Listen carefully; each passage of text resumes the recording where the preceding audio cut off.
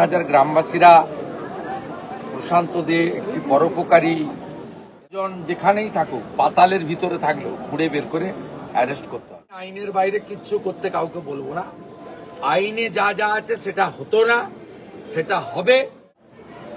Temporary তাদের পরিবারের পাশে দাঁড়ানো, যাতে পরিবারের মূল আর্নিং মেম্বার তিনি চলে যাওয়ার পর জনতা পার্টির অ্যাক্টিভিস্ট এবং এলাকার খুব নন সোশ্যাল ওয়ার্কার,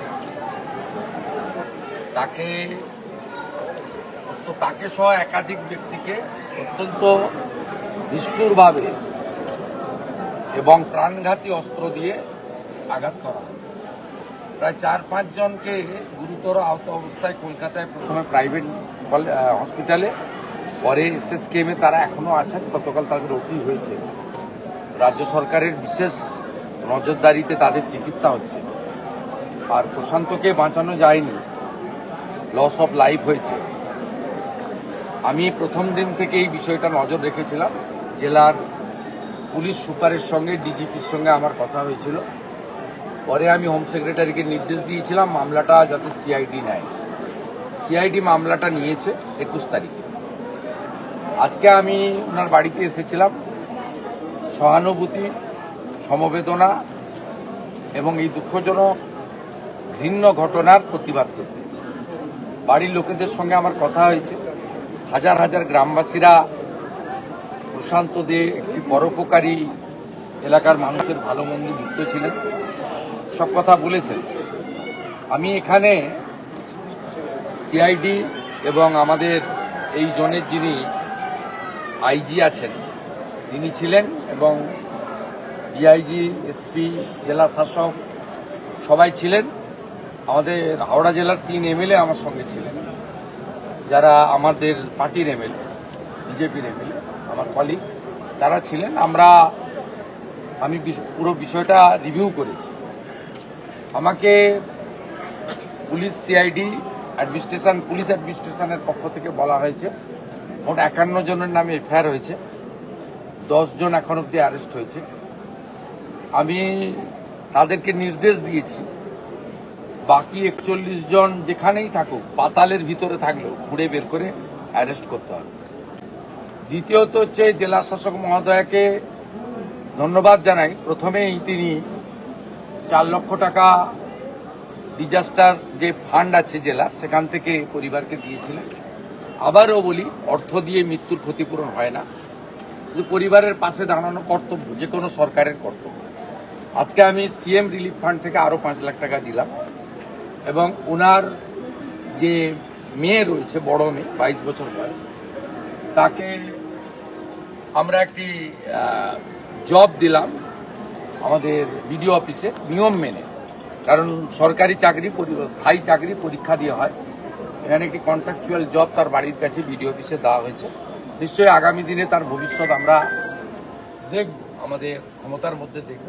এটা টেম্পোরারি তাদের পরিবারের পাশে দাঁড়ানো, যাতে পরিবারের মূল আর্নিং মেম্বার তিনি চলে যাওয়ার পরে পরিবারটি অনাথ না হয়ে যায়, এটাও আমাদের কর্তব্যের মধ্যে পড়ে। ওর বৃদ্ধ বাবা মাকে যাতে ওল্ড এজ পেনশন এবং অন্যান্য যে ওয়েলফেয়ার মেজার্স আছে, জেলা শাসক মহোদয়কে আমি বলেছি, তিনি এটা করে দেখবেন। আর আমি পরিবারকে বলে এসেছি যে এফআইআর নেমড অল অ্যাকিউজড, যাদের বিরুদ্ধে এভিডেন্স আছে তাদের প্রত্যেককে সিআইডি অ্যারেস্ট করবে। CID also a part of the police, অর্থাৎ এটা পুলিশ মন্ত্রীর রেসপন্সিবিলিটি। এবং সাথে সাথে আমি এটাও বলেছি যে এসপি ছিলেন, আইজি ছিলেন, ডিআইজি ছিলেন, সিআইডির সিনিয়র আধিকারিকদের যে সিট টিম গঠন করা হয়েছে 10 মেম্বার, তাদের 3 জন ছিলেন। ক্লিয়ার মেসেজ এবং ডাইরেকশন, কাস্টডির মধ্যেই চার্জশিটেড করতে হবে, এবং কাস্টডি ট্রায়াল যাতে শুরু করানো যায় সে ব্যবস্থাও করতে হবে। যা যা পানিশমেন্টের প্রভিশন ভারতীয় ন্যায় সংহিতাতে আছে বিএনএসে, সেটা দেওয়া হবে। আমি একাধারে পুলিশ মন্ত্রীও যেমন, ল জুডিশিয়াল ডিপার্টমেন্টও আমি দেখি। আমি এখানে চার্জশিট দিয়ে দিলে স্পেশাল পিপিও অ্যাপেন্ড করে দেবো, যাতে উইদিন স্টিপুলেটেড টাইম, শর্ট টাইমের মধ্যে তারা বিএনএস এর অন্তর্গত পানিশমেন্ট চার্জশিটে যে পানিশমেন্ট রেকমেন্ড করবে আইও সেই পানিশমেন্ট যাতে পায় সেটাও আমরা মনিটর করব। এর আগে এই ধরনের অনেক ঘটনাতে বিচার পাইনি বলে আজকে এই আস্ফালন হয়েছে। 2021 সালে পোস্টপোল ভায়োলেন্সে এই এলাকায় প্রচুর এই ধরনের ভুরি ভুরি অভিযোগ আছে। বাইনানে তো একজন মূকবধির মহিলাকে রেপও করা হয়েছে, যে মামলা সিবিআই নিয়েছে। এগুলোতে পানিশমেন্ট হয়নি বলে প্রকাশ্যে বুক ফুলিয়ে গুন্ডারা, খুনিরা, অত্যাচারীরা ঘুরে বেড়াচ্ছে বলে এদের সাহস বেড়েছে।